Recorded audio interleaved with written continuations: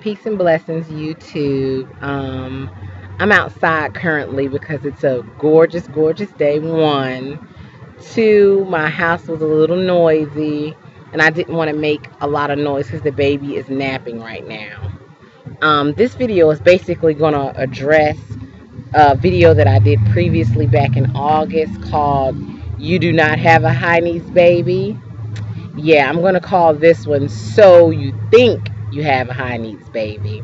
And the reason why I'm addressing it again is because after I posted that video, I got a lot of response saying with people coming to my video saying, listening to what I was saying, giving the characteristics of what Dr. Sears terms a high needs baby and saying, you're out of your mind.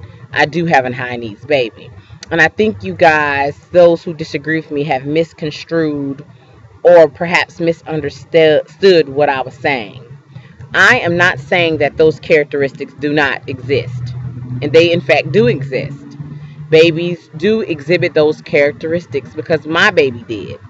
My qualm is not about the characteristics that the babies exist, because they are overtired, they are grumpy, they are hard to satisfy, they do require a lot of touch, they do like to eat a lot, they do take a lot from the parent or the caregiver, and I understand that.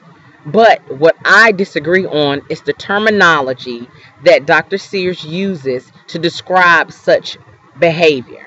Okay?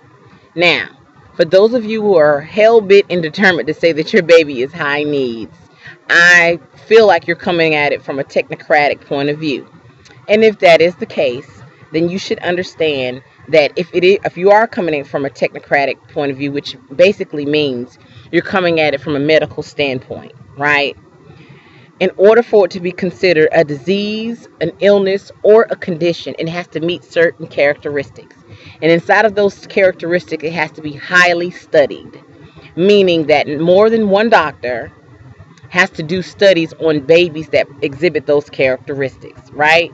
So it can't be just Dr. Sears saying that this baby is high needs. Dr. Sears would first have to have a pool of babies, and all the babies are exhibiting some of these characteristics, then have a denomination of babies who probably do not have those characteristics, right? And then they would have to observe those babies for a certain amount of time, and then after that certain amount of time, that would be called a study. Then that study would then be backed up by another study done by either that same doctor or an additional doctor to test this doctor's hypothesis of I consider these babies high needs. No such thing has been done with that terminology.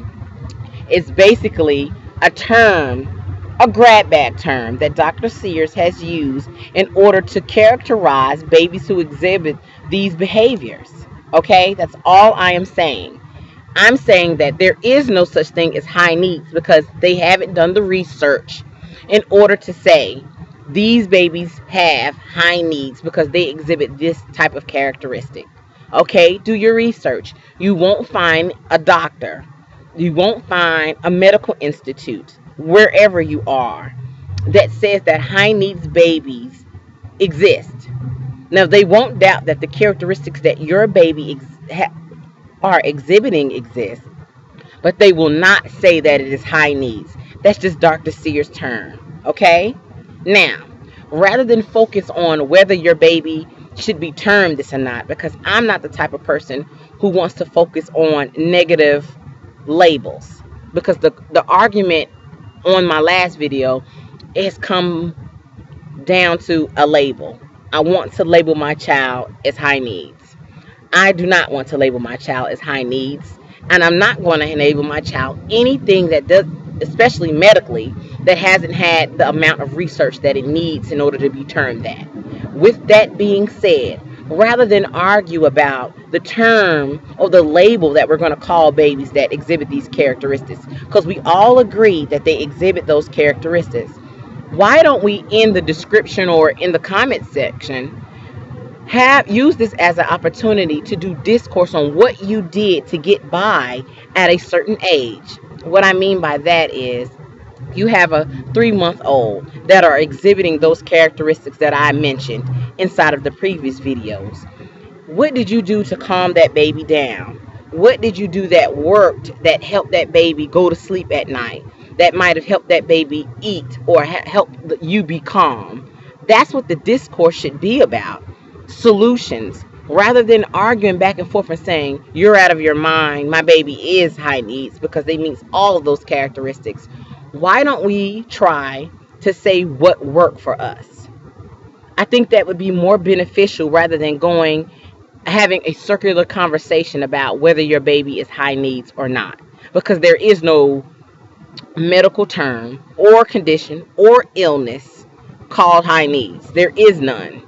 Your baby is exhibiting characteristics, and those characteristics have just been called high needs by a world-renowned doctor, but he hasn't done any research on it. Believe me, he has not done a study on it, and doctors have not went behind him and concluded that this research is correct.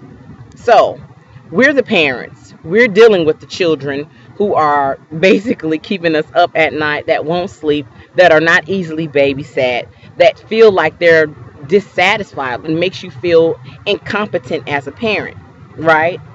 We're the ones dealing with them. Why don't we use this as an opportunity to gather together some information that if another person came to this video, they would say, oh, okay, this baby did this, and then this parent reacted like that, and it helped that parent, rather than saying, that's not true, my baby is high needs. I just don't think that it's productive, and it's a circular conversation, and there's no medical research to back up labeling your baby that. And I would love for us as families to help each other out and say, this is what I did. So I'll start off. As soon as I brought my baby home, I knew that she was different from other babies because she didn't rest. As soon as we got home, she just stayed up the entire time. From the time I had her to the time I went home, she stayed up.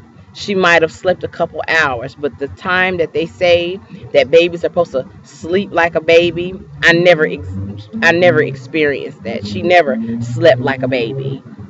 She was up. And by the time the sun went down, because she had been up so long, she started screaming.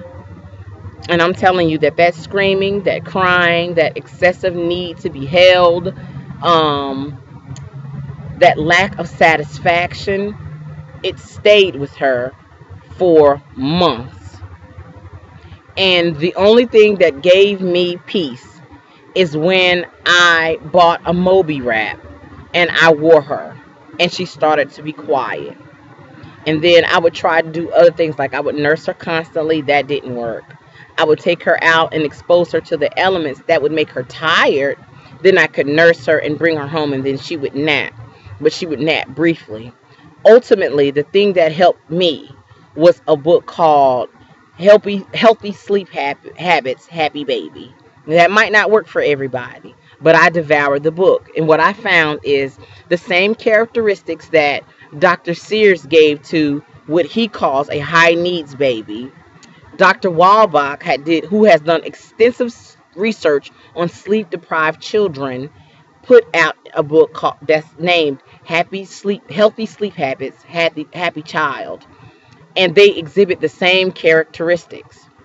So, since Dr. Sears' only advice was just to wear her, and wearing her wasn't helping, I decided to pick up more information that came away from attachment style parenting, that just talked about putting your baby on a sleep schedule. Now, the video is getting long, so I really want to wrap it up. The reason why I chose to do the sleep schedule is because I had tried everything else via attachment style parenting, and it still didn't make her a happy, well-adjusted baby, and that's what I wanted for her. And so once I put her on a sleep schedule, her behavior started to curb. She turned into a baby that I felt like was satisfactory. She could play along by herself. She didn't have to be held. She could self-soothe. She could nurse and be full and sleep for long amounts of time. She would start to nap, and that's what I wanted, and that's what I got. Ultimately, it seemed as though she was sleep deprived. And sleep deprivation has extensive studies of what it does to children when they don't get enough rest. That was the solution for me. I hope that you guys find other solutions. I want you guys to be able to look at the comment section and find some solutions. And that was a solution for me. Basically, putting her on a sleep schedule. And some of the things that it required, I wasn't ready for previously. I wanted to be able to do what I saw other moms do because I had a concept in my head that all babies exhibit the same characteristics. Like, babies are supposed to do this, they're supposed to act like this and do this. And because mine didn't, I felt like something was wrong with me or her. And one thing that a light bulb on my aha moment was basically all babies are different. They're all individuals. They're not going to all do the same thing. Some babies can get a pacifier and they're good. They're quiet. My baby would spit that sucker out. Some babies, you know, nurse for a little bit, get full, and they're done. Not my baby. She nursed for hours and hours and hours, and it would leave me very, very drained. Come to the terms that your baby is not high needs. It just is exhibiting certain characteristics, and you're going to have to find ways to adjust your schedule and it's just that baby schedule to get them to be more um I guess well-rounded, more happier, more pleased, more well-adjusted. That's what helped me. It did limit my life, I'm not going to lie. I couldn't run to the store. I couldn't take her over friends' house all the time. I couldn't do some of the things that I thought that I wanted to do. I couldn't run to the mall and have her in her baby carriage and have her be quiet. I had to reduce the noise in my level in my house. I had to make sure I was quiet during her nap time. I had to buy blinds that would block out the light, and I still use that to her this day. I'm trying to get her adjusted so as she grows, it's just a normal routine, and that's what we've gotten into now, a normal routine. So, with that being said, I hope this helps someone because that's my ultimate goal. Not to degrade how you feel or to make you feel like what I'm saying, what Dr. Sears saying is wrong. The characteristics are true indeed.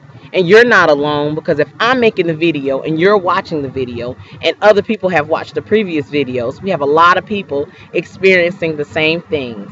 So the best thing in my mind would be to let's gather this information and talk about solutions. And we can get to the solutions quicker than the doctors can because we're the ones dealing with the babies. So, with that being said, I hope that you're encouraged to, rather than argue about a label, be encouraged to give each other some advice about what helped for you. And until the next time, peace and blessings, and this is real. Love you guys.